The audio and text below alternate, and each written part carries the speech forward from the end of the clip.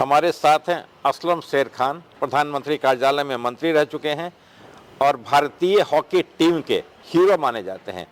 उनसे हम मध्य प्रदेश की पॉलिटिक्स, चुनाव परिणाम और वहाँ पार्टी के भविष्य को लेकर के हम बातचीत करेंगे। इस बातचीत में हम ये भी जानना चाहेंगे कि मध्य प्रदेश एक ऐसा राज्य है जहाँ दो पार्टी सिस्टम आमतौर पे काम करता है, जिसमें कांग्रेस और बीजेपी। लेकिन इस बार 2024 के चुनाव में मध्य प्रदेश देश का पहला ऐसा राज्य साबित हुआ जहां से कांग्रेस मुक्त हो गई और बीजेपी शायद यही चाहती है। असलम भाई, आप हाल के महीनों में मध्य प्रदेश को लेकर काफ़ी कुछ डिफरेंट फॉरम में बहुत कुछ बोले जा रहे हैं। लग रहा है मुझे कि मध्य प्रदेश में जो हालात बने हैं, खास करके विधानसभा और लोकसभा के बाद, लोकसभा में तो आपने मध्य प्रदेश को कांग्रेस विहीन बना ही दिया, उसको लेके आप काफ़ी चिंतित दिख रहे हैं और मुझे लगता है कि आपने काफ़ी कुछ बोलना शुरू किया। थोड़ा सा मुझको ब्रीफ में बताएंगे क्या माजरा क्या? देखिए, माजरा तो कुछ नहीं है, हकीकत है। हकीकत ये है कि ये कई बरस से मध्य प्रदेश में ये चल रहा था। कमल जब से दिग्विजय सिंह चीफ मिनिस्टर बने, उससे पहले का मध्य प्रदेश जो था वो बहुत कांग्रेस का स्ट्रॉन्ग गढ़ हुआ करता था, बहुत स्ट्रॉन्ग गढ़ था, क्योंकि उसकी जो बसावट है, जो उसमें लोग रहते हैं, उसमें ट्राइबल मेजॉरिटी में है 20-25%, दलित हैं, माइनॉरिटीज़ हैं, ये सब 50% के करीब आबादी है। इस आबादी का अगर आप वोट बैंक को माने तो सब कांग्रेस को वोट पड़ता है और आज तक पड़ रहा है। लेकिन 2000 मतलब से शुरू हो गया, जब से 2003 से तो आखिरी सरकार रही, तो 2003 से लेकर आज 22 साल तक भाजपा बैठी है। तो सवाल है कि जब तक इसका डायग्नोज नहीं होगा, इसका बीमारी का इलाज का पता नहीं चलेगा, तो वो इलाज तो कभी होगा ही नहीं। लोग अपने इसको एंजॉय कर रहे हैं जो लोग हैं। तो उसकी वजह यह है कि पहले कमलनाथ 93 से जब इन्होंने सीएम बनवाया दिग्विजय सिंह को, पूरे बैक पे खड़े हो गए और अर्जुन सिंह के टैसिट सपोर्ट थी इनको, मतलब उनके ग्रुप की भी सपोर्ट थी, लेकिन वो सामने नहीं आए। सामने उन्होंने ये कहा कि बैकवर्ड लीडर ही होना चाहिए चीफ मिनिस्टर, ये लाइन पकड़ी उन्होंने अर्जुन सिंह, लेकिन वो चाहते थे दिग्विजय हो जाए। कमलनाथ ने स्पेयर हेडिंग करी उसकी, पूरा उन्होंने उसको मुहाज को संभाला। तो मेरा ऐसा मानना है कि तब से अगर आप एकदम जो फॉल आया बुरी तरह से लोकसभा सीट में, कहाँ आप ये देखिए कि 27 सीटें बुरे वक्त में जीती, जब बाबरी मस्जिद राम जन्मभूमि का मुद्दा बहुत पीक पे था, ताला खुल चुका था। बाबरी मस्जिद गिरी नहीं थी, लेकिन इन बिटवीन 91 में 27 सीटों पे कांग्रेस, पूरा यूनाइटेड मध्य प्रदेश 27 सीटें जीती। लोकसभा की बात कर रहे हैं आप? लोकसभा की बात कर रहे हैं। और 93 में मध्य स्टेट गवर्नमेंट जीत गई। तो ये 93 में गवर्नमेंट बन गई दिग्विजय सिंह की। हाँ, तो 93 में जब गवर्नमेंट बन गई तो उसके बाद से ये सिलसिला शुरू हुआ कि दिग्विजय सिंह को ये बात बहुत अखरती थी कि एमपीज जो हैं, उस वक्त नरसिम्हा राव गवर्नमेंट थी, एमपीज जाके हाई कमांड का कान भर देते हैं। अच्छा, मतलब उनको जाके हमारी कमियां बताते हैं। अच्छा, और ऊपर से चिट्ठियाँ लिखते हैं अपनी कॉन्स्टिट्यूंसी के डेवलपमेंट के लिए और दूसरी बातों के लिए। तो क्या मैं यहाँ डाकिया बन के बैठा हूँ, मैं मतलब उनकी चिट्ठियों का जवाब दूँ और उनके काम करूँ? तो एमपी होना ही नहीं। अच्छा, हाँ, और उसका रिजल्ट ये हुआ कि 27 के बाद जब से वो हुकूमत में बैठे, तो जो नेक्स्ट इलेक्शन आया तकरीबन 96 वाला, जी जी, तो एकदम इतना फॉल हुआ कि कोई 7-8 सीटों पे कांग्रेस रह गई लोकसभा में। कहाँ 27 और कहाँ 7-8, कोई वजह नहीं, जबकि मध्य प्रदेश में कांग्रेस सरकार थी। और वो घटते घटते घटते, अगर आप ये बाकी दर इलेक्शन आप देखें लोकसभा का, कि फिर 2 रह गई, 2 चली, फिर 2 से 1 रह गई और वो इस बार वो भी ख़त्म हो गई। 29 के 29 भाजपा जीत रहे। ये कमलनाथ, दिग्विजय, सुरेश पचौरी को पूरता था लीडरशिप ख़त्म करना। अच्छा, लीडरशिप क्यों ख़त्म करना?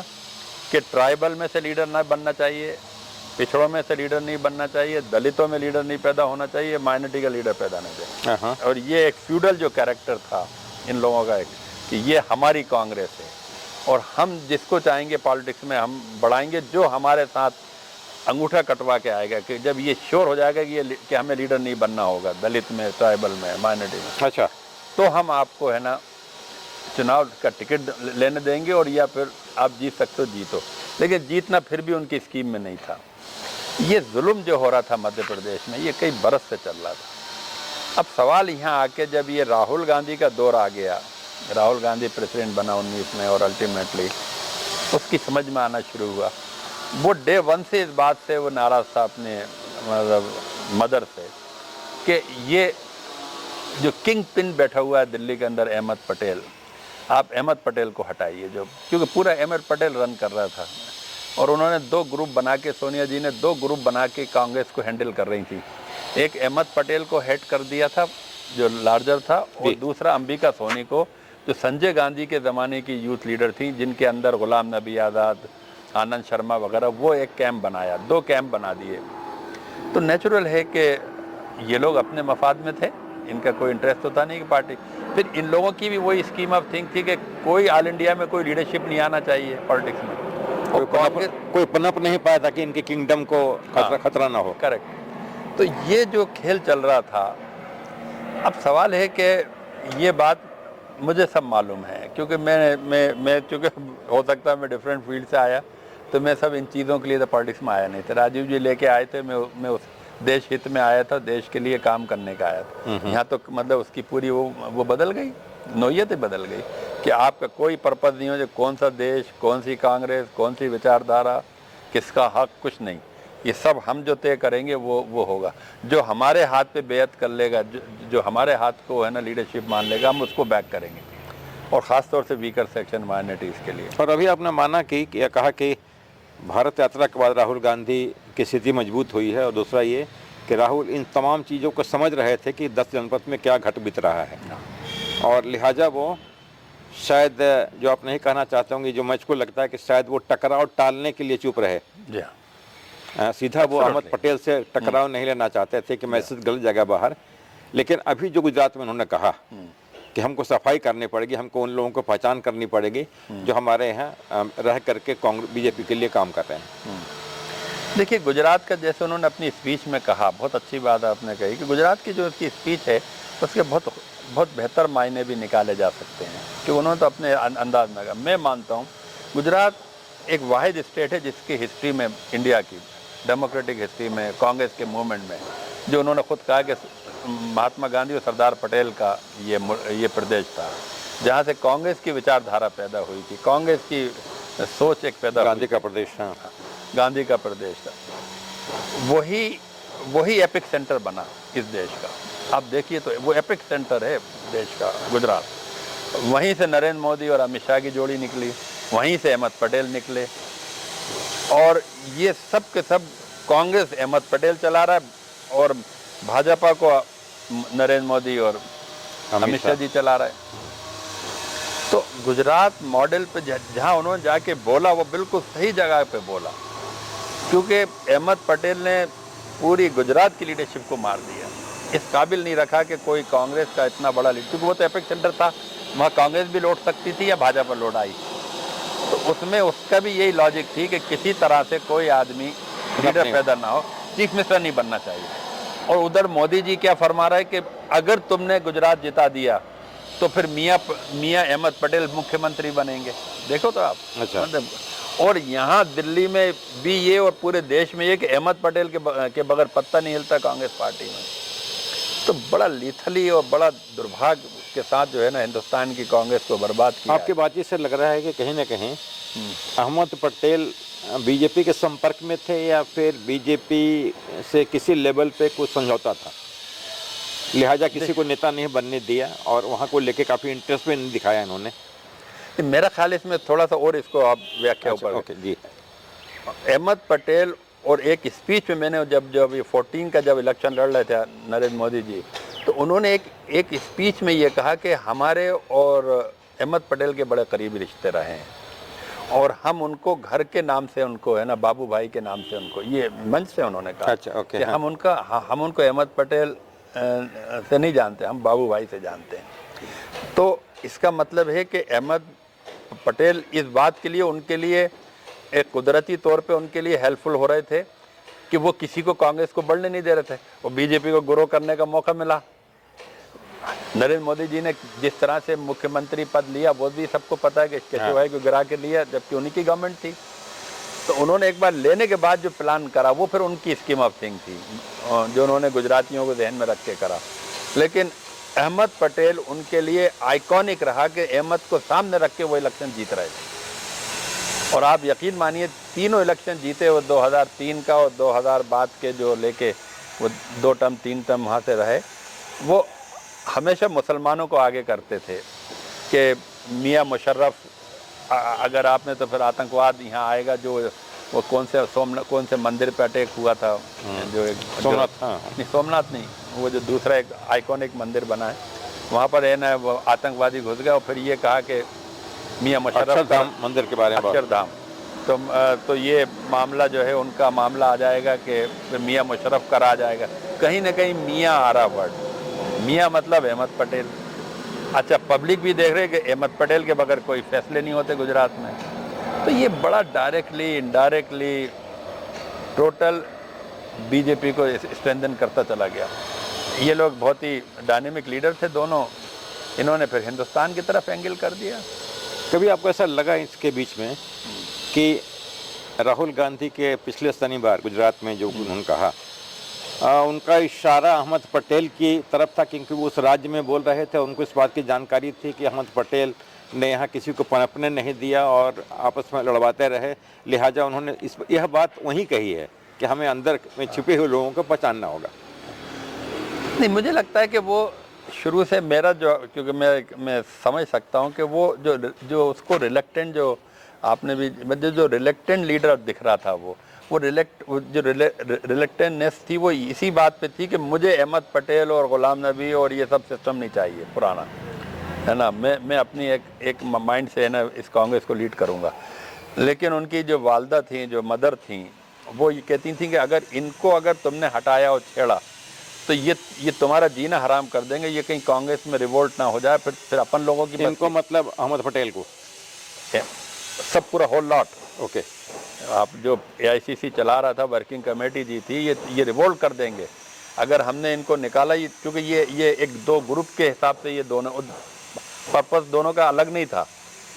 जो दौलत थी और जो हिंदुस्तान की कांग्रेस थी, क्या कांग्रेस थी जिसका बरसों में हज़ारों लोगों ने अपनी ज़िंदगी खपा दी कांग्रेस की आइडियोलॉजी और विचारधारा पे लड़ते हुए। आज़ादी इसलिए की बात है, उसकी जो दोहन हुआ है, उसकी जो लूट हुई है कांग्रेस के अंदर, वो लूट को अगर आप है ना बारीकी से देखें, 2004 से लेके 2014 तक लूट लिया था, जिसके अंदर एशियन गेम्स उसका एक मिसाल बन गया था। असलम भाई, एक चीज़ और जो मैं समझना चाहता हूँ वो ये कि आपकी बातचीत से तो एक तो ये लगा कि राजीव गांधी अहमद पटेल को पसंद नहीं करते थे, एक राहुल गांधी सॉरी, और लेकिन वो टकराव से बच रहे थे, इसलिए वो ओपनली कुछ नहीं कर पा रहे थे, मां रोक रही थी, क्योंकि नहीं तो पार्टी टूटने के बाद, और यह भी शायद समझा दिया गया होगा कि इनको ऐसा कहना अगर कोई हरकत करें तो कहोगे पार्टी बिखर जाएगी।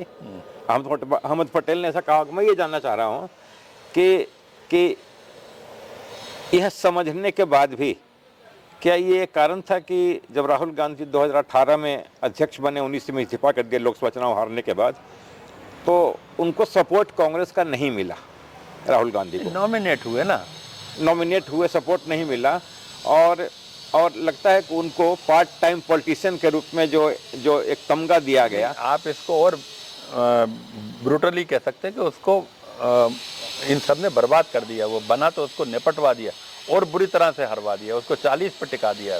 हाँ, आप सोचो तो कांग्रेस 40 पे टिक जाए यार इस देश में, मतलब कमाल ही कर दिया इन लोगों ने। हाँ। और कोई बेगरती बेशर्मी का आलम, ये कोई फर्क नहीं पड़ रहा, ना अहमद पटेल को, ना गुलाम नबी, ना आनंद शर्मा, ना सिस्टम, ना कमलनाथ, ना दिग्विजय, ना अशोक गहलोत, ना फलाने ढिमाके, सब अपने अपने राज्यों को पकड़े बैठे हुए और उनकी सियासतें चल रही। लेकिन इसको डिस्ट्रॉय कर दिया उन्होंने राहुल गांधी को, कि जाओ 40 पे तो उतार दिए, नेता बन गए, तो देख लो तुम्हारा आचार। मैंने एक रामलीला मैदान में एक बहुत बड़ी सभा हो रही थी, मुझे सन का याद नहीं है लेकिन मुझे याद है राहुल गांधी, अहमद पटेल पीछे बैठे थे, सोनिया गांधी और सब लोग लीडर बैठे थे। हाँ। राहुल गांधी जब स्पीच करने लगा, अच्छा बाय नेचर है वो जाता अपनी तरह है, और जो उसका मिजाज है, जो जिस तरह की बिंदास, वो जो उसकी विचारधारा है, सोच है नहीं, तो वो जैसे ही बोलने चलने लगा दूसरी तरफ जो जो इनकी लाइन से अलग था, तो लिटरली अहमद पटेल ने उठ के उसका कुर्ता खींच लिया। अच्छा, हाँ, टीवी पे देखा मैंने, कुर्ता पीछे से खींचा, जैसे किधर जा रहा हो बोलते हुए, तुम अपनी मतलब है ना, अपनी नेतागिरी, अपनी बात मत रखो, तुम्हें जितना ब्रीफ किया गया उतना ही बोलो। तो अब ये कहने का तो आप समझ सकते हो, हम भी पॉलिटिक्स में, कि अगर भरे मंच पे अगर कोई कुर्ता खींच ले, निश्चित तौर पे उनको, और वो भी राहुल गांधी का, सनअप करना और अहमद पटेल, मतलब कितना ऊपर था अहमद पटेल के, कि बस हो गया तुम्हारा, इससे ज़्यादा आगे पीछे मत जाना। तो बेचारा सहम गया, फिर अपना फिर बोल ही नहीं, उसके बाद उसने 1 आध मिनट बोल के बैठ गया गुस्से में। आपने कहीं भी ये भी मेंशन किया है कि 2023 के विधानसभा में कांग्रेस पार्टी उसके ठीक पहले सत्ता में थी, कमलनाथ वाली जो सरकार बन गई थी किसी कारण से, उसके तुरंत बाद पार्टी हार गई, कांग्रेस बिखर गई, वहाँ पे लोग अलग हट गए, कई एमएलए। अभी आपको लगता है कि 2023 का इलेक्शन गंभीरता से लड़ते तो शायद पावर में आ जाती कांग्रेस पार्टी? गंभीरता नहीं भाई साहब, गंभीरता तो बहुत आसान, बड़ा आपने शालीनता वाला वर्ड कह दिया। आप क्रिमिनोलॉजी समझिए मध्य प्रदेश के बारे में। किसी भी मानक से, किसी भी मापदंड से, जिस बेरहमी के साथ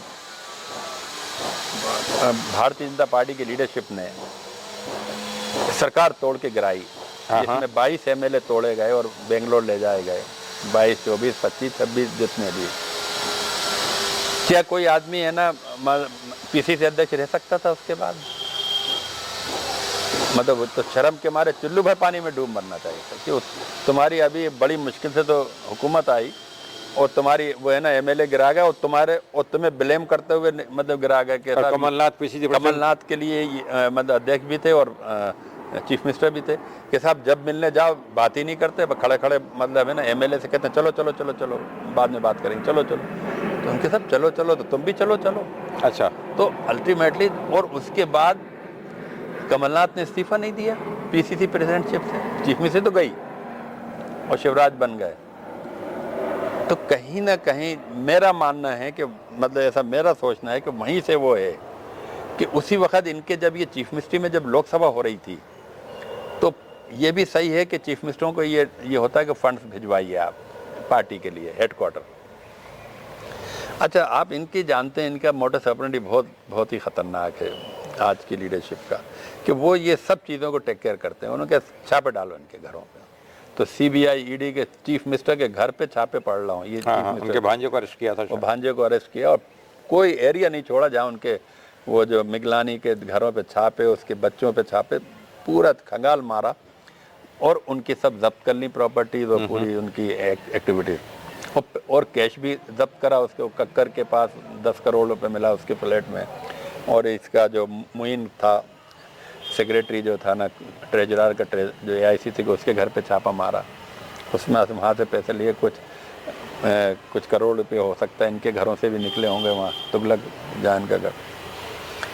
तो ये सब जो है कि, और उसके बाद मेरा असेसमेंट ये है कि वो दबाव जो है, मतलब इनका भाजपा हाईकमांड का दबाव कि तुम पीसीसी प्रेसिडेंट बने रहोगे। अच्छा, ओके, हाँ, तुम्हारी गवर्नमेंट तो गई, वो तो हमने ले ली, मगर तुम्हारे बच्चों को, तुम्हारे फैमिली को, तुम्हारे ये पूरी प्रॉपर्टी और कारोबार को जब्त करके रख दिया हमने, ये तुम्हें सड़क पे ला देंगे, तो तुम्हें ही बन के अब हमारे लिए काम करना है। अच्छा, ओके, जैसे फिल्मों में होता था ना कि मालूम है कि किसी प्रोफेसर के और किसी साइंटिस्ट के मोहरा बने रहो और हमारे लिए काम करो, हमारे लिए काम करो। हाँ, नहीं तो आप बताओ कौन बेगैरत आदमी बना रहता और क्यों बना रहता?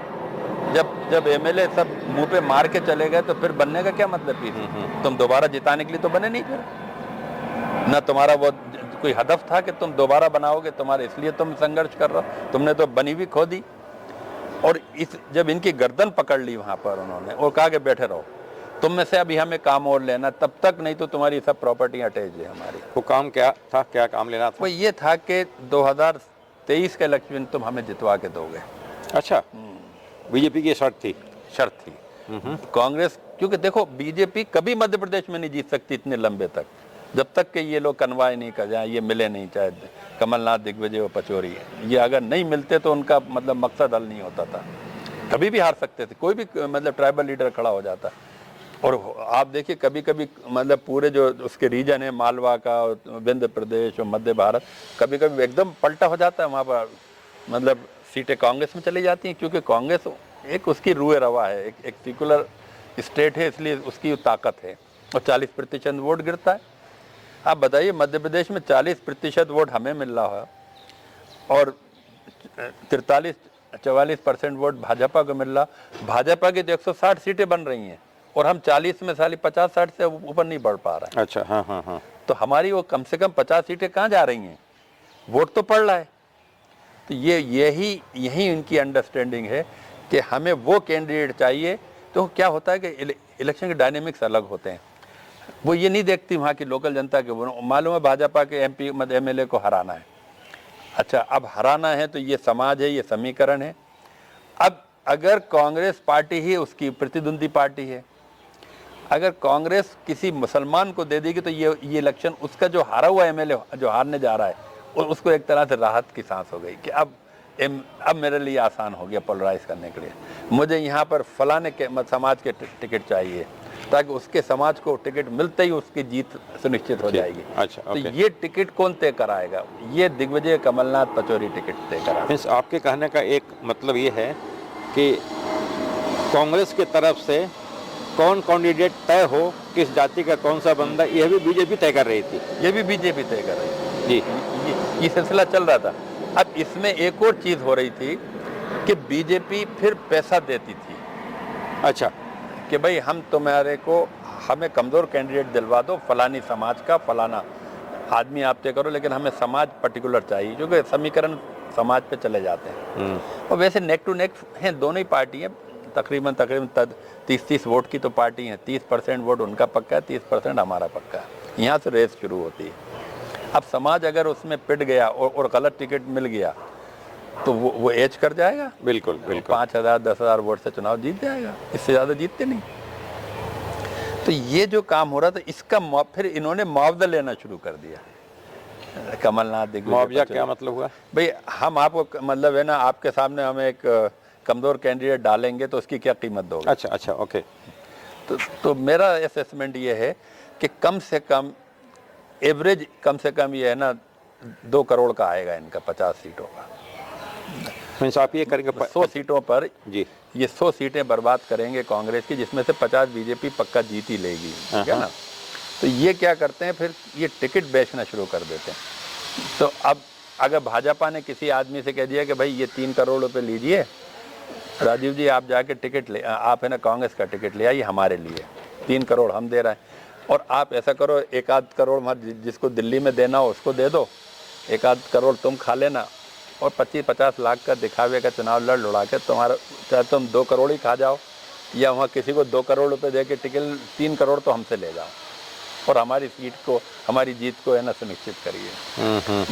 ये जुल्म हो रहा है भाई साहब, ये देश पे जुल्म हो रहा है। जो लोग हारे, जिन लोगों को इस बात की समझ है कि सिर्फ नाम मात्र कैंडिडेट दिए गए, अब बीजेपी कैंडिडेट थोपे गए कांग्रेस के बैनर के तले, तो उन लोगों ने शिकायत या उन लोगों ने कोई विरोध नहीं किया? दरवाजे बंद।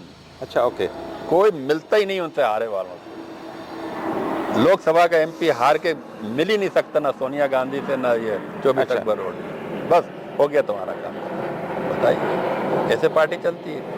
जो आप कह रहे हैं कि अहमद पटेल पूरा खेल खेल रहे थे और उनको इस बात की जानकारी, आपने जैसा हिंट किया कि उनको एक मोहरा चाहिए था स्टेट में, ताकि वो उनका कहे अनुसार काम करें और वो दिल्ली से दूर रहें, ताकि उनका खुद का किंगडम सेफ रहे। तो एक तरह से तो ये बात हुई कि एक ऐसे लोगों को सपोर्ट कर रहे थे जिनका कोई ज़मीन नहीं था, और बल्कि वो बीजेपी के हाथों खेल रहे थे। नहीं, इसको एक और वो किंग पिन थे। जी जी जी, है ना, किंग पिन थे इस काम के, वही फ्रंट थे। हाँ हाँ, ये सब स्कीम ऑफ थिंक, हाँ, ये सब स्कीम ऑफ थिंक पे वही कर रहे थे। तो मेरा ये मानना है कि वो एक मेजर इंस्ट्रूमेंट थे इस पूरी साजिश के खिलाफ, कांग्रेस के और विचारधारा के। किसको बेनिफिट हो रहा है? RSS को हो रहा है, बीजेपी को हो रहा है, उनको पूर्ता था। उसके दो फायदे हो रहे थे यहाँ पे। दिग्विजय सिंह, कमलनाथ को ये फायदा हो रहा था कि कोई ट्राइबल, दलित, आदिवासी, पिछड़ी लीडरशिप ना आना चाहिए, नहीं तो ये बड़ा गलत हो जाएगा। यहाँ बीजेपी और कांग्रेस की जो अपर कास्ट और जो कांग्रेस के जो सो कॉल्ड फ्यूडल्स हैं, इनकी ये अंडरस्टैंडिंग एक बहुत पक्की है और बहुत पुरानी है मध्य प्रदेश के लिए, कि कोई कल्ट फिगर नहीं पैदा होना चाहिए, लीडर ना बन जाए कोई, नहीं तो फिर ये हमेशा के लिए पावर गई। तो संघ भी आप जानते हो कि अपर कास्ट डोमिनेट है, तो इनका एक ये बड़ा था। लेकिन उस वक्त तक इतनी ऑनेस्टी थी, मुझे याद है 80 के दशक तक, कि टिकट तक ही कटवाना होता था। टिकट लेके अगर कोई आदमी आ गया तो उस वक्त की जो लीडरशिप थी मध्य प्रदेश में कांग्रेस की, वो इस स्तर पे नहीं उतरती थी कि उसको फिर कॉन्स्टिट्यूंसियों में भी हरवाए। ये जो तीनों थे, ये कॉन्स्टिट्यूंसी में उतर के अपनी सीटें हरवाते थे यार, लोकसभा की, और लोकसभा तो पक्की हरवाना है इन्होंने। और इसके एवज में जो पैसा मिलता था, ये तीनों में बढ़ता था या क्या सिस्टम था? अब ये मुझे नहीं मालूम कैसे बढ़ता था भाई। जो ये क्या करते थे, ये तीन अपना कैंप बना के बैठ गए थे। कमलनाथ एक छतरफ हैं, दिग्विजय एक छतरफ हैं, और पचौरी एक हैं। पचौरी का दायित्व खाली भोपाल का शहर और रायसेन और सीहोर जिला, जो अर्सवाइल स्टेट थी पुरानी नवाबी, इसके मालिक ये होंगे, टिकटों के, जिलाध्यक्ष बनवाने के, पदों पे बिठवाने के। दूसरे होंगे दिग्विजय सिंह, तो मध्य भारत तो उनका मतलब अपना एक अधिकार है जो गुना से हैं, और मालवा भी इनका है ना, राज्य है। ये बेल्ट भी यहाँ के की भी टिकट ये बांटेंगे।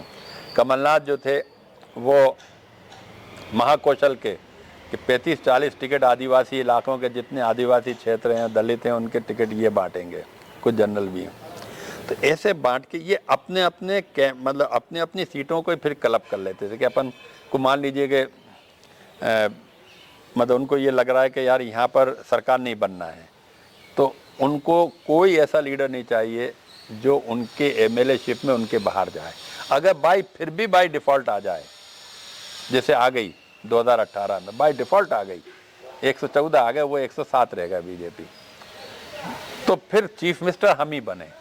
अच्छा, इसके रास्ता एक बार कांग्रेस आना नहीं पूर्ति है, क्योंकि गवर्नमेंट नहीं आना चाहिए, क्योंकि ऐसा ना हो कि बड़ी तादाद में अगर एमएलए जीत जाए तो अपना लीडर चुन लेंगे। तो यहाँ अहमद भाई का रोल आ जाता था कि वो भी इस बात को टेक केयर कर रहे थे कि इन लोगों की राजनीति चलती रहे, गिरोह होती रहे। बीच में आपने अनंत शर्मा और फिर वो आपने गुलाम नबी का मान लिया, क्या इनकी क्या भूमिका थी? ये लोग बेसिकली ये उसी नेक्सस के गिरोह के बेनिफिशियल लोग थे, जो ये लोग पॉलिटिकल इलेक्टोरल पॉलिटिक्स के लोग नहीं थे। वो एक कश्मीर से आ रहे थे, एक हिमाचल से आ रहे थे। उन्हें दिल्ली को मैनेज करना है 24 आवर, और मंत्रालय लेना है। अच्छा, हाँ, बंगले लेना है, थी नहीं, हाँ, और राज्यसभाएं लेना है, राज्यसभाएं लेना है। तो राज्यसभा के लिए ये ज़रूरी है कि उनको मतलब है ना, एक आध स्टेट से उनको भेजा जाए, चाहे राजस्थान हो, मध्य प्रदेश। उनका इंटरेस्ट इतना था कि अपनी दुकान चलती रहे, अपना धंधा चलता रहे। राहुल गांधी ने अभी जब कहा कि गुजरात में कि हमें कांग्रेस के अंदर उन लोगों की पहचान करनी होगी जो कांग्रेस के अंदर रह करके बीजेपी के लिए काम कर रहे हैं, और यह बात उन्होंने लगातार 2-3 दफ़ा दोहराया है गुजरात में लास्ट वीक में। ये पहचान कैसे कर पाएंगे? इतनी बड़ी कांग्रेस है, पैन एशिया उसका प्रेजेंस है, चूँकि आपने कम से कम 4 दशक तो कांग्रेस में गुजारे हैं, ऐसे मामलों में आप उन लोगों की पहचान कैसे करेंगे जो बीजेपी के लिए काम कर रहे हैं? हाँ, पैन इंडिया है, कांग्रेस पैन इंडिया पर है और आज भी है, और उसका मतदाता है। 13 करोड़ मतदाता वोट कर रहे हैं बगैर इस तरह के जुल्म के बावजूद कांग्रेस पे, जो कांग्रेस विचारधारा पे। देखिए, इसमें राहुल गांधी का मेरा तो देखिए कोई मशवरा तभी उसकी अहमियत होती है जो कोई मांगे, लेकिन चूँकि आपसे डिस्कस हो रहा है कि आप ये जानना चाहते हैं कि क्या उसका मोडस ऑपरेंडी हो सकता है कि जो उन्होंने गुजरात में बात की है। मेरा ऐसा मानना है कि वो अब ये सब करना बंद कर दें, जो इनको ये जो उनकी अपनी कोठरी जो इनको है ना घुमा रही है, टहला रही है, कि कभी है ना मतलब मोची की दुकान पे मतलब दिन भर बैठ जाओ, 2 घंटे वहाँ जूता बनाना सीख रहे हैं। फिर ये बेवकूफ़ियों से इनको बाहर आना चाहिए कि कहीं मजदूरों के बीच में बैठे हैं, कहीं कुलियों में बैठ के मूंगफली खा रहे हैं, इससे कोई फ़र्क नहीं पड़ने वाला। टीम तुम्हारी जब तक मजबूत नहीं होगी लड़ने, जब तक तुम्हारी पार्टी तुम्हारे साथ है ना जंग लड़ने के लिए तैयार नहीं होगी, तो ये कोई इस तरह के ऑप्टिक्स करके कि कहीं गन्ने के खेत में बैठे, ये सब समय ना बर्बाद करें। अदालत लगाएं, अदालत, जब तक ये अदालत कोई काम नहीं करें, एक ही अदालत लगाएं, स्टेट वाइज शुरू कर दें और खुद बैठें उस जजमेंट के ऊपर। लोगों की सुने, लोगों की नहीं, कुछ नहीं, कोई दूर नहीं जाना, मीलों ये हज़ारों लोगों में नहीं जाना है। 2000 जो अभी 24 के जो MP हारे हैं, उनसे मतलब उनके एक एक पार्लियामेंट सीट की अदालत लगा दें कि भाई बताइए कि आप कैसे हारे। वो बताएगा, उसके सामने तर्क संगत आएंगे, उसको आप रीचेक करा लो। कोई रॉकेट साइंस थोड़ी है यार कि आप रॉकेट बनाने जा रहे हैं तो इधर से पुर्जे लाएंगे और ये पुर्जा और ये इंजेक्ट करेगा, ऐसा कुछ नहीं होता राजनीति। ये रॉकेट साइंस नहीं है, ये है आपके अंदर कि आपको हुकूमत करना है और आपको कामयाब मतलब एक लीडरशिप को खड़ा अपने आप को करना है।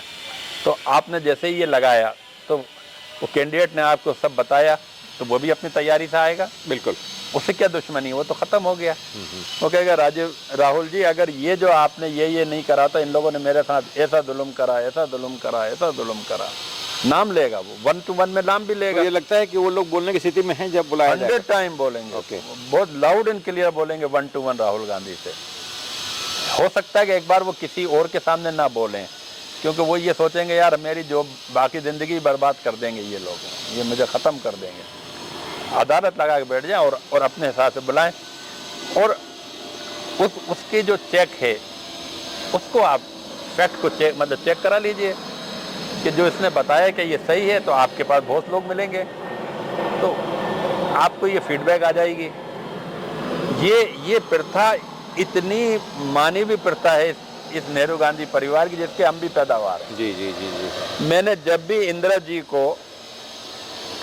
जी को मैंने से मेरी लाइफ में एक बार हॉकी के उनका रोज़ा अफ्तार पार्टी थी, ये रमज़ान चल रहा है, उस वक्त भी रमज़ान थे, रोज़ा पार्टी मुझे बुलाया, कुल 50 लोग आए थे उसमें हैदराबाद हाउस के अंदर। इंदिरा जी आधा घंटा पहले आई, ये नहीं हुआ जैसे कोई औपचारिकता करने नहीं आई कि खाली रोज़ा खुलवा दिया और फोटो खिंच गए और होस्ट के रूप में। हाँ, वो आई तो खड़ी हो गई लान में, हैदराबाद हाउस तो आप जानते हैं।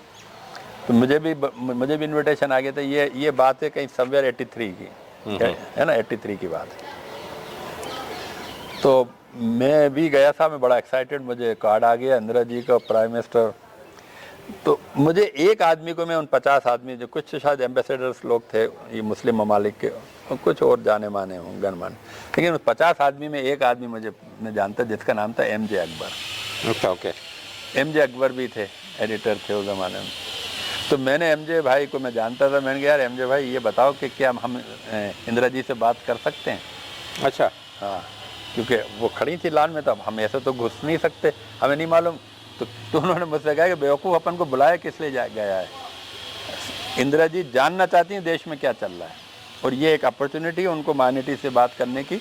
रोज़ा अफ्तार का एक आर्गूमेंट एक फ्री माहौल में वो सुनना चाहती हैं और बड़े दिग्गज लोग उसमें थे। मैं भी जाके फिर साहब मतलब मेरी बारी के लिए मैं रुक गया, तो एक दो आदमी 2 4 रिलैक्स होकर बात कर रहे हैं जा रहे। फिर मेरा नंबर आया। अच्छा, उन्होंने ही सवाल करा, सवाल भी उन्होंने करा, ये नहीं कि मैं जाके मैं क्या बताऊंगा, इंदिरा जी जैसी लीडर से मैं क्या बात करूंगा जाके, मेरा बस का क्या काम है। तो इंदिरा जी ने कहा कि असलम ये बताओ, उन्होंने कहा असलम हॉकी में क्या चल रहा है? अच्छा, हॉकी में क्या चल रहा है? तो मैं तो शुरू से आप जानते हो, मैं कि मैडम सब गड़बड़ चल रहा है। बस इतना मेरा कहना था कि मैं हॉकी में गड़बड़ चल रहा है, तो वो फिर एकदम उनकी वो हो गई, क्यों क्या? मैं साहब वो जो अध्यक्ष या IG पुलिस है वो सिक्योरिटी फोर्स का, वो सब गड़बड़ कर रहा है हॉकी का, उससे हॉकी बर्बाद हो रही। तो फिर उन्होंने काउंटर सवाल करा, बूटा सिंह जी उस वक्त स्पोर्ट मिनिस्टर बन गए थे। हाँ। तो बूटा सिंह जी क्या कर रहे हैं? अच्छा, फिर उन्होंने ये पूछा। मैंने साहब बूटा सिंह जी भी कुछ नहीं कर रहा है। अच्छा, ओके। अब मैं तो इनोसेंटली हाँ। मैंने अपनी सच्चाई की बात बता के मैं आ गया। आप यकीन मानना, ये होता है लीडरशिप का फीडबैक। अब उनको एक हॉर्स एंड माउथ में हॉकी खिलाड़ी, मैं एक बात बता गया उन्हें। वो घर गई तो अरुण सिंह उस ज़माने में उनके घर के अंदर था और राजीव गांधी के साथ वो चल रहा था। तो जैसे वो घर में इंटर हुई 1 सब्जंग में, तो अरुण सिंह दिख गए। तो अरुण सिंह जी ने कहा कि उन्होंने कहा अरुण इधर आओ, क्या बात है, आज असलम बता रहा था सब हॉकी में गड़बड़ चल रहा है, क्या हो गया, ज़रा देखो पता करो। मतलब दिल पे ले गई। तो नेक्स्ट डे मुझे अरुण सिंह के दफ्तर से 2A मोतीलाल नेहरू से फ़ोन आ गया कि आपको 11 बजे आना है, मतलब अरुण सिंह जी से मिलना। अब मुझे मेरे फरिश्ते को खबर नहीं। जब मैं गया अरुण सिंह, तो अरुण सिंह जी कहने लगे कि क्या असलम तुम्हारी इंद्र जी से मुलाकात हुई थी? मैंने कहा हाँ साहब, कल इत्तेफाक से रोज़ा इफ्तार में हम लोग थे उनसे। तो तुमने क्या बताया उनको? मैंने के देन आई सरप्राइज कि यार मतलब ये तो मैंने जो कोई बात की उसका ये फॉलो अप हो रहा है। हाँ। मैंने कहा साहब ऐसा ऐसा हुआ, तो पूछा। तो फिर ये चीज़ उन्होंने मुझे बताई अरुण सिंह कि जैसे ही वो घर में आई तो उन्होंने मुझसे कहा, अरुण सिंह ने मुझे बताया कि क्या असलम ने ऐसा ऐसा बताया, उसको हॉकी को ठीक करो, अब बताओ कैसे ठीक होगी। मैंने कहा साहब उसको हॉकी फेडरेशन को भंग कर दीजिए और एडॉक कमेटी बन सकती है, और वो IOA का प्रोगेटिव होता जो जो जो मदर बॉडी है वो इंडियन ओलंपिक एसोसिएशन है, तो उसमें कौन करेगा? मैंने राजा भलेंद्र सिंह जी हैं अध्यक्ष पटियाला के। कहना ठीक। मैं निकला, उसके बाद राजा भलेंद्र सिंह को फ़ोन गया, मालूम है कि आप कल आइए 2A मोतीलाल नेहरू। राजा भलेंद्र सिंह, अब ये देखिए सब कनेक्ट हो रहा है। राजा भलेंद्र सिंह से उन्होंने पूछा अरुण सिंह ने कि ये ऐसा सा मामला है, असलम ने ऐसा बताया, तो क्या ये सही हो? कहना बिल्कुल सही बताया उसने। अच्छा, वो आदमी बहुत गड़बड़ कर रहा है, और ये गड़बड़ करा उसने। 90,000 रुपये गबन कर लिए, कुछ हो गए थे, बहुत से मसले थे, डबल टिकट बांट लिए, कुछ मीडिया में अच्छा उस ज़माने मीडिया बहुत स्ट्रांग था ना, तो आती थी। तो कहने का मतलब ये है कि तीसरे दिन, पहला दिन, दूसरा दिन, तीसरे दिन मतलब front page story hockey India को भंग कर दिया गया एक, और एडॉक कमेटी बना दी गई। और उस एडॉक कमेटी जो है राजा भलेंद्र सिंह जी की चेयरमैनशिप में होगी, क्योंकि वो IOA प्रेसिडेंट है, और एक कमांडर नंदी सिंह जो ओलंपियन है, और असलम शेर खान एक उसके सदस्य। अच्छा, ओके, 3 आदमी की कमेटी बना। तो यही मेरा राजीव जी से रिश्ता रहा। इंस्टेंट रिएक्शन हुआ, उसका फॉलो अप हुआ, अल्टीमेटली उसका परिणाम निकला और उस पर पहल गई। अच्छा, मैं फिर वहीं लौट रहा हूँ। मैं खान के मौत का लगभग 4 साल हो गए, 40 साल का, सॉरी, ये अहमद पटेल हाँ, का 4 साल हो गए। हाँ। इन 4 सालों में राहुल गांधी को कभी ऐसा मौका नहीं मिला जो अपनी माँ से बात करें कि जो व्यक्ति जिसका डेथ हुआ वो व्यक्ति कांग्रेस को नुकसान पहुंचा गया? उसके बाद तो वो वहाँ पर कोई वो नहीं था, अवरोधक नहीं था, तो वो राहुल चाहते तो अपनी माँ को बात करते कि इन 4 सालों में जो व्यक्ति काफ़ी नुकसान पहुंचाया है उसको आपने नहीं पहचाना था। ये ऐसा ये तो मुझे नहीं मालूम कि उनकी माँ से क्या बात करी होगी, क्या नहीं करी होगी, लेकिन एक बात है कि राहुल गांधी का जो टर्निंग पॉइंट मैं मानता हूँ, ये सब बातों से नहीं हो रहा। टर्निंग पॉइंट हुआ उसका पद यात्रा से। जी, पद यात्रा ने उसको एक डिफरेंट लेवल पे लेके चली गई। जो लाखों इंदिरा जी का पोता और राजीव गांधी का बेटा जिस वक्त सड़कों पे निकला है, पूरा भारत उमड़ गया उसके पीछे। वो मोहब्बत, और वो यही मुल्क है, ये मुल्क यही है। अगर इसको पहचानो तो ये है सेकुलर मुल्क है। आज आप DNA में हो तो गांधी और नेहरू ही निकलेंगे आपके, क्योंकि वो ऐसा बिल्डअप कर गया देश को कि ये, तो उनका पोता जब सड़क पे आ गया तो पब्लिक हार्ट फेल बाहर आ गई सड़क पे, हजारों। लेकिन एक चीज़ और जो मैं समझना चाहता हूँ वो ये कि 1919 में ही स्टेप डाउन, कांग्रेस से इस्तीफा कर दिया पार्टी प्रेसिडेंट के पोस्ट से।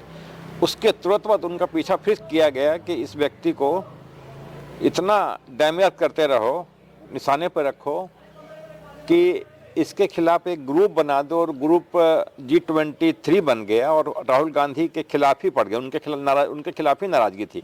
गुलाम नबी की चिट्ठी, 4 पेज की चिट्ठी, और लोगों की तमाम चीज़ें थी, कई लोग छोड़ के चले गए थे।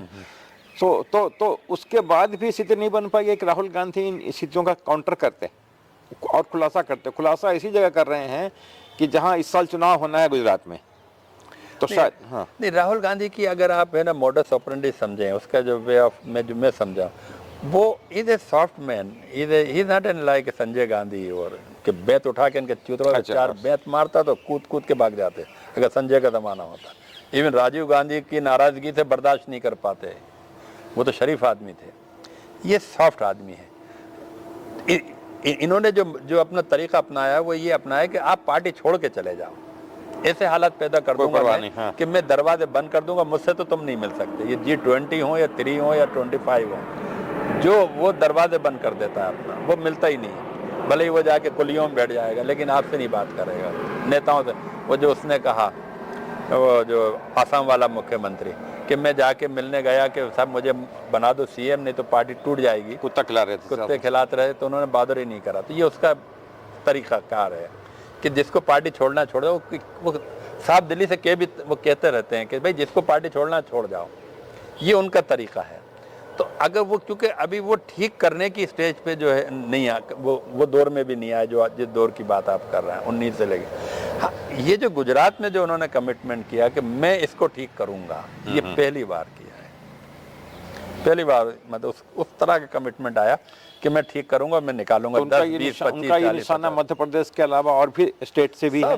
सबकी फीडबैक है। राहुल गांधी सब जगह की बात जानता है। ओके, अच्छा। करना नहीं था, क्योंकि माँ मतलब ब्रेक लगाती थी कि ऐसा मत कर देना, नहीं तो पार्टी स्प्लिट हो अब जाएगी। वो हर्डल खत्म हो गया।